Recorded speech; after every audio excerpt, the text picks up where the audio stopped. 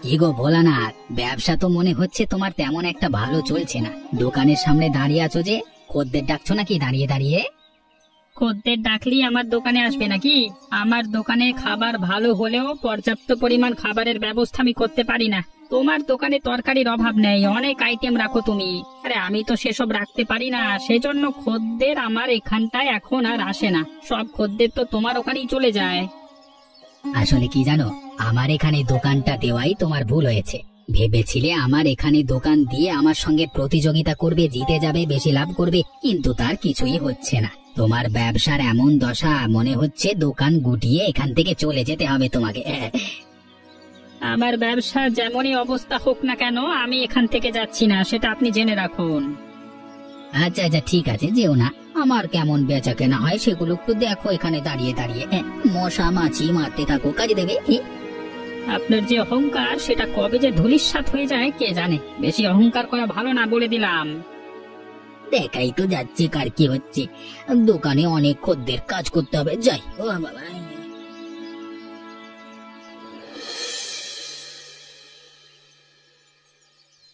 কি গো বাবা, আজকেও তুমি এত সকাল সকাল চলে এলে যে? দোকানে কোনো খদ্দের নেই বুঝি? না রে মা, দোকানে কেউ নেই, শূন্য পড়ে আছে, তাই চলে এলাম দোকান বন্ধ করে। আগে আমাদের দোকানে কত যে খদ্দের থাকতো তার হিসাব থাকতো না। কত মানুষের কাছে আমরা এখনো টাকা পাই। আমাদের যে দোকান এই বাজারের মধ্যে সবচেয়ে বিখ্যাত ছিল, আজকে আমাদেরই এরকম করুণ অবস্থা। আগে তুমি কত রাত করে বাসায় ফিরতে, আমি তোমার সঙ্গে চেঁচামেচি করতাম, এখন একদম তার উল্টো। সবকিছুই আমি দেখছি রে মা, কিন্তু কিছুই তো করতে পারছি না। হঠাৎ করে লোকজন আমাদের দোকানে আসছে না, আসবেই বা কেমন করে? রমেশদার হোটেলে সব ধরনের খাবার পাওয়া যায়, সেজন্য মানুষজন আমাদের হোটেল ত্যাগ করে তার ওখানে যাচ্ছে। কিছুই করবার নেই, শুধু চেয়ে চেয়ে দেখছি। এমন চলতে থাকলে আমার পড়াশোনা তো বন্ধ হয়ে যাবে বাবা। পড়াশোনায় যে অনেক খরচ, বই কিনতে পারছি না তো বাবা। আমি যেহেতু বেঁচে আছি, তোর এত চিন্তা করতে হবে না। যে কোনো মূল্যই হোক আমি তোকে পড়াশোনা করাবো, তোর পড়াশোনা আটকে থাকবে না। এত কষ্ট আমার আর সহ্য হয় না। মন চায় পড়াশোনা ছেড়ে তোমার সঙ্গে দোকানে কিছু একটা সাহায্য করি, তাতে যদি তোমার কোনো লাভ হয়। এ কথা তুই কখনো বলবি না মা, যতই কষ্ট হোক আমি তোকে পড়াশোনা করাবোই।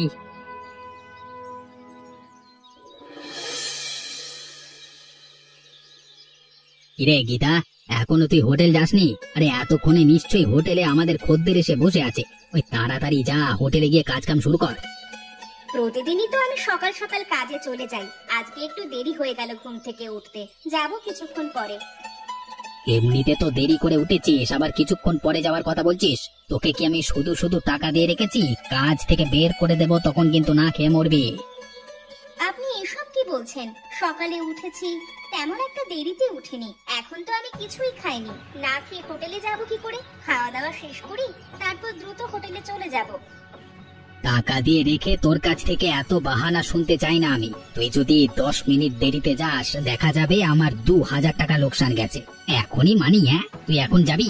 যদি না যাস তাহলে কিন্তু আমি অন্য লোক রেখে দেব। টাকা পয়সার আমার কমতি নেই। তোর মতো লোক যে আমার এখানে কাজ করতে পারে সেটাই তোর ভাগ্য। কত মানুষ প্রতিদিন এসে কাজ চায় আমার কাছে। আমাদের জন্যই আপনার হোটেল এত বড় হয়েছে, শুধু আপনার একার জন্য নয়। আমরা এখানে সারা দিন রাত খেটে মরি। এখন আপনার টাকা হয়েছে বলে আমাদের হোটেল থেকে বাদ দিতে চাইছেন? তোর কোনো ধরনের কথা আমি শুনতে বাধ্য নই। আমি তোর মালিক, তুই আমার কর্মচারী। যাবি নাকি কাজ থেকে বাদ দেব? আচ্ছা ঠিক আছে, যাচ্ছি আমি।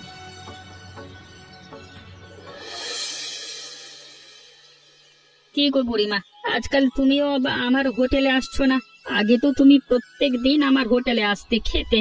আমার হোটেলের খাবার বুঝি এখন আর তোমার ভালো লাগে না, তাই না? এভাবে বলছিস কেন ভোলানাথ? আমি তো তোদের দুজনের হোটেলেই খাই, বহুত পয়সা দিয়ে খাই, যখন ইচ্ছে যার কাছে খাই। তবে তোর কাছেই তো বেশি খেতাম, এখন তো তোর কাছে তেমন একটা খাবারই পাওয়া যায় না। যেগুলো আমি পছন্দ করি সেই জিনিসগুলো তোরা আর বানাস না, তাহলে আমি কিভাবে খাই বলতো? চাইলে আমিও অসৎ উপায়ে টাকাটা রোজগার করতে পারি, কিন্তু সেটা করছি না। ওপরওয়ালার উপরে ভরসা করে আছি। ওপরওয়ালা নিশ্চয়ই আমাকে একদিন ভালো পথে নেবেন এবং অনেক কিছু উপহার দেবেন।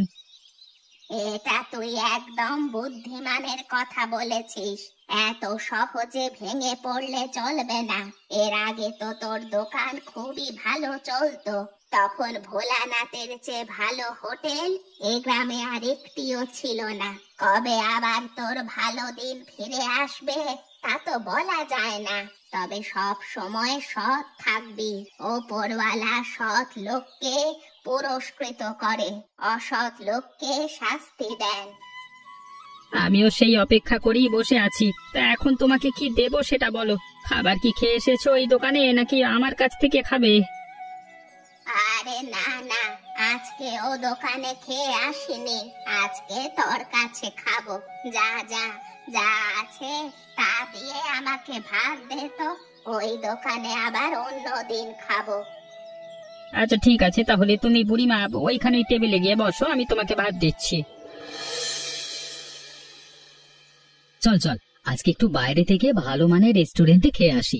নিম্নমানের এইসব খাবার দাবার এখন আর ভালো লাগছে না, বাইরে কিছু খেতে মন চাচ্ছে। চল তোরা চল। আমরা যাব, কিন্তু আমাদের কাছে তো কোনো টাকা পয়সা নেই। অত দামি হোটেলে আমার খাওয়ার সাধ্য নেই, তোমার আছে? ওর আবার কোত্থেকে আছে? আরে ও বাবার টাকার ফুটানি করে, নিজের বলতে কিছু নেই ওর। আমাদের বাপেরও যদি অত টাকা থাকতো তাহলে আমরাও করতে পারতাম। যদি এমনই হয়, ও নিজে কিছু করে দেখাক না, তারপর আমরা বুঝতে পারবো কত বড় মানুষ বাবার ফুটানি। না জেনে কোনো কথা না বলাই ভালো। তোরা আমার বন্ধু, সেজন্যই বলছি ভালোভাবে। তোরা তো জানিস না আমি বাবার থেকে টাকা আনি কিনা। বাবার কাছ থেকে আমি কোনো টাকা আনি না, উল্টে বাবাকে আমি টাকা পাঠাই। তো আমার সঙ্গে একটু সাবধানে কথা বল। তোদের তো সেই ক্ষমতা নেই, নিজেরা আয় রোজগার করে বাবাকে টাকা পাঠাবি, নিজেরা চলবি। কি বলছিস তুই? তুই তো সব সময় আমাদের সাথেই থাকিস, কি কাজ করিস? কোত্থেকে তোর এত টাকা আসে সেটাই তো বুঝতে পারলাম না। নিশ্চয়ই মিথ্যে বলছিস। কোত্থেকে আমার টাকা আসে সেটা তোদের বলবো না, আমাকে বোকা পেয়েছিস? আমি বলে দেব, আর তোরা সেভাবে টাকা রোজগার করে আমার থেকে উপরে উঠে যাবি। কখনোই আমি সেটা হতে দেব না। অত বোকা আমি নই যতটা তোরা ভাবছিলিস। যাই হোক, তোদের কাছে যেহেতু টাকা নাই, তোরা থাক, আমি গেলাম। একটা কথা তুই ভেবে দেখেছিস, অমিতের জীবনযাপন আগের তুলনায় কতটা পাল্টে গেছে? আমি তো ভেবেছিলাম বাড়িতে ওর বাবার ব্যবসা, সেখান থেকে ওকে টাকা পাঠায়, সেই টাকা দিয়েই ও এত ফুটানি করে। এখন তো ওর কথা শুনে মনে হচ্ছে পুরো উল্টো। ও নাকি নিজে আরো ওর বাবার কাছে টাকা পাঠায়, সেই টাকা দিয়ে ওর বাবা ব্যবসা বড় করছে। কিভাবে কি করছে কিছুই তো বুঝতে পারছি না। আমারও তো একই কথা, হঠাৎ করে ওর পরিবর্তন লক্ষ্য করেছি। তুই যেটা ভেবেছিলিস আমি সেই একই জিনিস ভেবেছি, তবে আজকে আমার ধারণাও পাল্টে গেল। কোনো অবৈধ পথে টাকা রোজগার করছে কিনা সেটাও একটা জানবার ব্যাপার। তার উপর অনেকবার শুনেছি ওর বাবার সঙ্গে হোটেল নিয়ে অনেক কথা বলেছে, যেটা অস্বাভাবিক। হোটেলে নিশ্চয়ই ওরা কোনো গরমিল করে, সেটাও তো আমাদের দেখা দরকার। আমরা তো সচেতন নাগরিক। তুই একদম ঠিক কথাই বলেছিস সুকান্ত। আমরা কলেজের ছাত্র, আমরা যদি এসব না দেখি তাহলে কি করে হবে? অবশ্যই আমাদের শিক্ষিত সমাজকে সবকিছুর আগে এগিয়ে যেতে হবে, না হলে অন্যায় কোনো দিন ধরা পড়বে না। তাহলে চল, কদিন আমরা অমিতের পেছনে পেছনে যাই, কোথায় কি করে সবটা আমরা নজর রাখবো। তাহলেই দেখা যাবে আসল সত্যিটা বেরিয়ে আসবে। সত্যি বের করা আমাদের এখন কর্তব্য হয়ে দাঁড়িয়েছে। আচ্ছা ঠিক আছে, তাহলে আগামীকাল সকাল থেকে আমরা ওর পেছু নেব, কি কি করে সবকিছু দেখব। এখন বাড়িতে যাই। আচ্ছা ঠিক আছে, যা, আমিও যাই। সকালে তাড়াতাড়ি আসিস।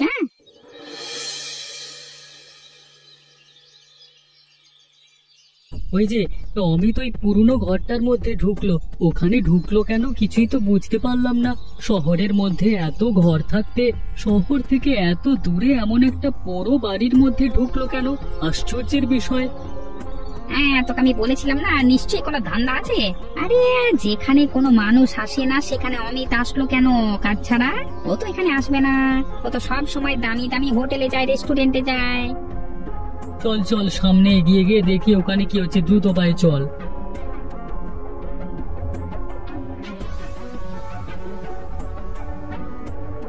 আমি কি দেখছি, অমিতের মতো ছেলে এসে এখানে সব লোকজনদের সঙ্গে শেষ পর্যন্ত জুয়া খেলছে। আমার নিজের চোখকেই তো আমি বিশ্বাস করতে পারছি না। ওরে এত অধঃপতন কোনোভাবেই কল্পনা করা যায় না।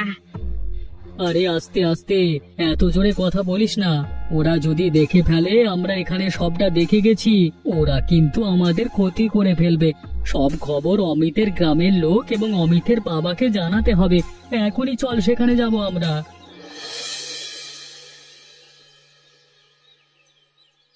এই যে শুনছেন, আমরা এই গ্রামে নতুন এসেছি।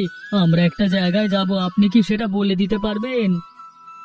আপনাদের দেখে মনে হচ্ছে আপনারা এই গ্রামের নন, শহর থেকে এসেছেন।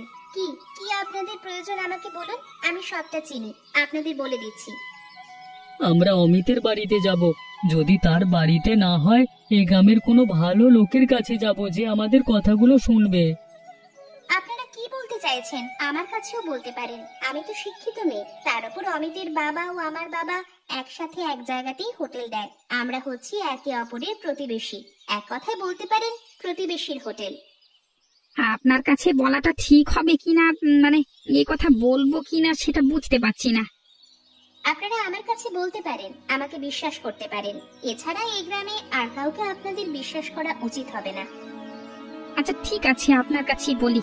অমিত তো শহরে পড়াশোনা করে, ওর বাবা ওকে টাকা পাঠায় না, উল্টে ও টাকা পাঠায়। আমরা নিজের চোখে দেখেছি, মাদকের সঙ্গে ও জড়িত, সেই সঙ্গে জুয়া খেলে পয়সা রোজগার করে। ওদের হোটেলে অনেক কিছুই হয় যেগুলো গ্রামের মানুষ জানে না। সেগুলো জানানোর জন্যই আমরা এখানে এসেছি। আপনারা যা বলছেন, অমিতের বাবা খুবই বদ লোক। তার কাছে যদি এই খবর যায়, আপনাদের আস্ত রাখবে কিনা সেটা নিয়ে আমার সন্দেহ। আমি এই গ্রামের মেয়ে, আপনারা আমার কাছে যেহেতু খবর পৌঁছে দিয়েছেন, আর কোনো সমস্যা নেই। আপনারা যান, আমি অবশ্যই ভালো ব্যবস্থা নেব। আচ্ছা ঠিক আছে, তাহলে আমরা গেলাম। আমাদের কথা বলবেন না।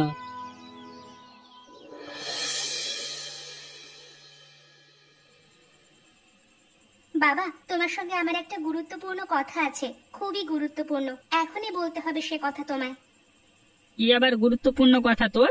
গত দুদিন আগেই তো আমি তোকে কলেজের সমস্ত বই কিনে দিয়েছি টাকা ধার করে, এখন আবার কি হয়েছে বল? আরে বাবা, পড়াশোনার কোনো ব্যাপার নয়, অন্য ব্যাপারে কথা বলতে চাচ্ছি তোমার সঙ্গে। আচ্ছা ঠিক আছে, বলে ফেল। আমি তো এখানে বসেই আছি, শুনছি। বল, কি বলবি?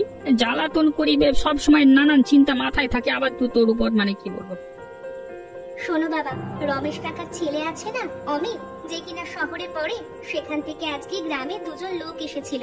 তারা আমাকে বলে গেছে রমেশ কাকার ছেলে অমিত নাকি শহরে বসে মাদক কারবারির সঙ্গে যুক্ত এবং জুয়া খেলে। সেই টাকা দিয়ে হোটেলের ব্যবসা চালায় এবং শহর থেকে কেমিক্যাল এনে হোটেলের রান্নায় ব্যবহার করে।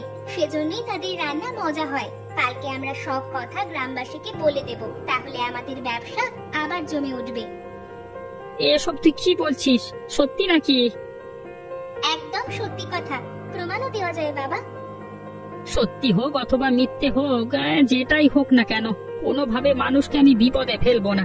গোপন কথা গোপন রাখলে ওপরওয়ালা সেটা পছন্দ করে। এভাবে ব্যবসা করবার দরকার নেই। যদি কখনো প্রয়োজন বোধ মনে করি তখন বলবো। আচ্ছা ঠিক আছে বাবা, আমারই ভুল হয়েছিল। তুমি আমাকে সবসময় ভালো শিক্ষা দিয়েছিলে, আমি তোমাকে উল্টো পাল্টা বলেছিলাম। যাই হোক, আমি যাই বাবা, তুমি ঘুমাও। তোকে যে মশলাটা দিয়েছিলাম সেটা কি ব্যবহার করছিস না? আজকাল খাবারের মান তো দিন দিন কমে যাচ্ছে। গত দুদিন আপনি যে মশলাটা দিচ্ছিলেন সেটা ব্যবহার করিনি। গ্রামের অনেক লোক খাবার খেয়ে অনেক কথা বলছিল, তারা নাকি অসুস্থ হয়ে যাচ্ছে। এই মশলাটার জন্য অসুস্থ হচ্ছে কিনা সেটা তো বলতে পারছি না। আমি তো এই মশলাটা চিনি না, বাকি সবকিছুই তো আমি নিজে তৈরি করি। সেজন্য ভাবলাম এটা না দিয়ে দেখি কেমন হয়, সেজন্যই দিইনি। তেল আমার, আমি কি বলি সেটা তুই না শুনে নিজের ইচ্ছা মতো কাজ করছিস। আমাকে না জিজ্ঞেস করে তুই মশলা না দিয়ে রান্না করলি কেন? সেই জন্যই তো মানুষ এখন কম খাচ্ছে। আমার থেকে বেশি জানিস এই মশলার দাম কত তুই জানিস? শহর থেকে আনি এটা আমি খাবারের স্বাদ বাড়ানোর জন্য। আমি এটা দিয়ে খাবার খেয়ে দেখেছি, আবার এমনিও খাবার খেয়ে দেখেছি। আসলে এই মশলাটা তেমন একটা ভালো নয়, এটা খেলে আসলেই মানুষ অসুস্থ হয়ে পড়ে। আমি নিজেই তো অনেকদিন হোটেলের খাবার বেঁচে গেলে সেগুলো বাসায় নিয়ে যাই, আমার ছেলেপুলে খেয়ে অসুস্থ হয়ে পড়ে। এতদিন তো বুঝতে পারিনি, এখন থেকে বুঝতে পারছি। তোর এত বুঝতে হবে না। তোর যদি ঝামেলা মনে হয় তাহলে তুই হোটেলের খাবার বাড়িতে নিস না। তোর এই ছেলে বলে কেউ খাওয়াস না। আমার হোটেলে এই মশলা দিয়ে খাবার রান্না হবে, এটাই সব সময় ব্যবহার করবি, মনে থাকে জানো। তাড়াতাড়ি এখনই এই মশলা দিয়ে খাবার রান্না কর, আমি যাচ্ছি।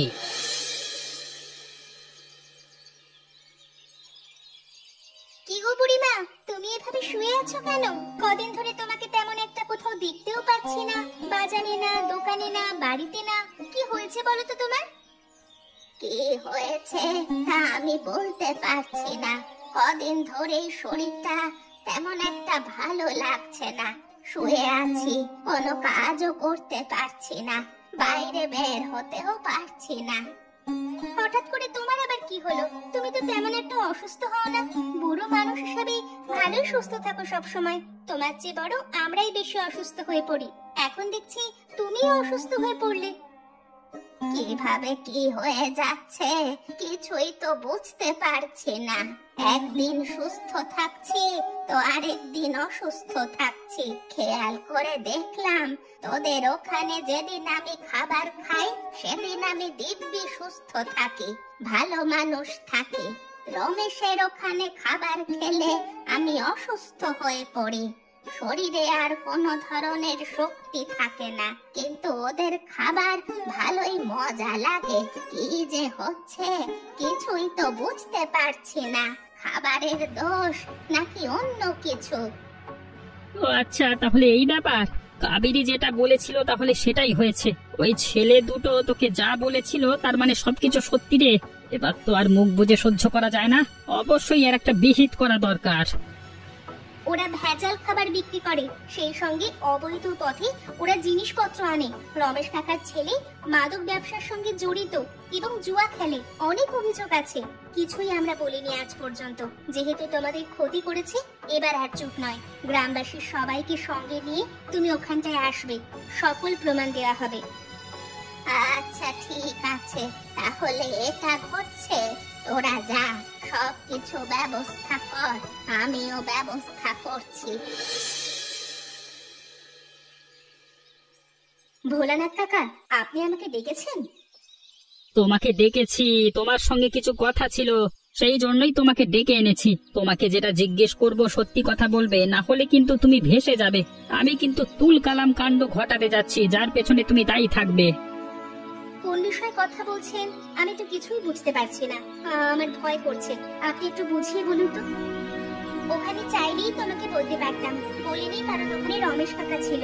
শোনো গীতাদি, রমেশ কাকা যে খাবারের সঙ্গে খারাপ মশলা ব্যবহার করে সেগুলো মানুষের শরীরের জন্য ভালো নয়। তুমি তার ওখানে কাজ করো, রান্না বান্নার দায়িত্ব তোমার। তুমি নিশ্চয়ই সবটা জানো, তাও জানাওনি কাউকে।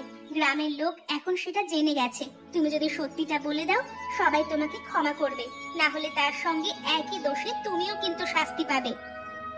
আমাকে শাস্তি দিও না, আমার কোনো দোষ নেই। আমি পেটের দায় করেছি, তিনি আমাকে বাধ্য করেছেন, আমাকে ভয় দেখিয়েছেন। আমরা তোমাকে কিচ্ছু করতে চাই না। গ্রামের সব লোক যখন আসবে, তুমি যদি সবার সামনে তার বিরুদ্ধে সাক্ষী দাও, সাক্ষী বলতে সত্যি বলবে, মিথ্যা বলবে না। দেখা যাবে গ্রামবাসীকে বলে তোমাকে আমরা ক্ষমা করার ব্যবস্থা করে দেব। কিন্তু তুমি যদি মিথ্যা বলো, তার পাশাপাশি তুমিও জেলে যাবে। আমি অনেকবার তাকে নিষেধ করেছি, তিনি আমার কোনো কথাই শোনেন না। আমাকে চাকরি থেকে বের করে দেওয়ার হুমকি দেন। আপনারা সবকিছুর ব্যবস্থা করুন, আমি সত্যি কথা বলে দেব, কোনো সমস্যা নেই। আচ্ছা ঠিক আছে, তাহলে তুমি যাও, আমরা দেখছি। কি হয়েছে? তোমরা সবাই মিলে আমার হোটেলের সামনে এভাবে জড়ো হয়েছো কেন? তোমাদের জন্য আমার দোকানে তো খদ্দের আসতে পারছে না। এখানে আর খদ্দের দেখছো কোত্থেকে? ওখানে কোনো ধরনের খদ্দের নেই, সবাই বিচারের জন্য এসেছে। তুমি যে লোকজনকে খারাপ খাবার খাওয়াও সেটা সবাই জেনে গেছে। তোমার খাবার খেয়ে আমরা সবাই অসুস্থ। কি প্রমাণ আছে যে আমি খারাপ খাবার খাওয়াই? অসংখ্য প্রমাণ আছে। প্রথমেই প্রমাণ হচ্ছে গীতাদি। কি রে গীতাদি, বলো। রমেশ কাকা আমাকে দিয়ে এসব করাতেন, তিনি খারাপ মশলা ব্যবহার করতেন। আমি না করায় আমাকে চাকরি থেকে বাদ দিতে চেয়েছেন। ওকে টাকা খাইয়ে তোমরা মিথ্যে বলছো, এ প্রমাণে কোনো কাজ হবে না। আরো প্রমাণ আনলে তখন তো আপনার মুখোশ আরো খুলে যাবে। ঠিক আছে, আরো প্রমাণ আছে, দেখাচ্ছি তাহলে। কই গো সুকান্ত, রতনদা, এইদিকে আসো তো।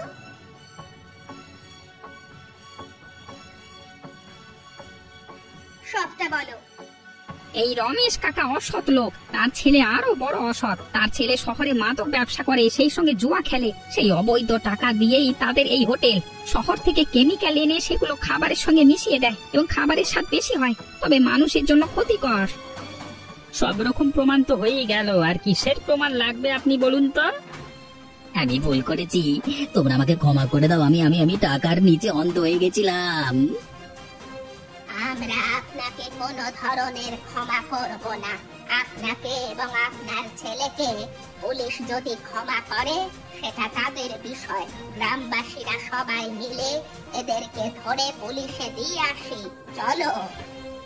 এমন মজার মজার গল্প দেখতে আমাদের চ্যানেলটি সাবস্ক্রাইব করতে ভুলবেন না।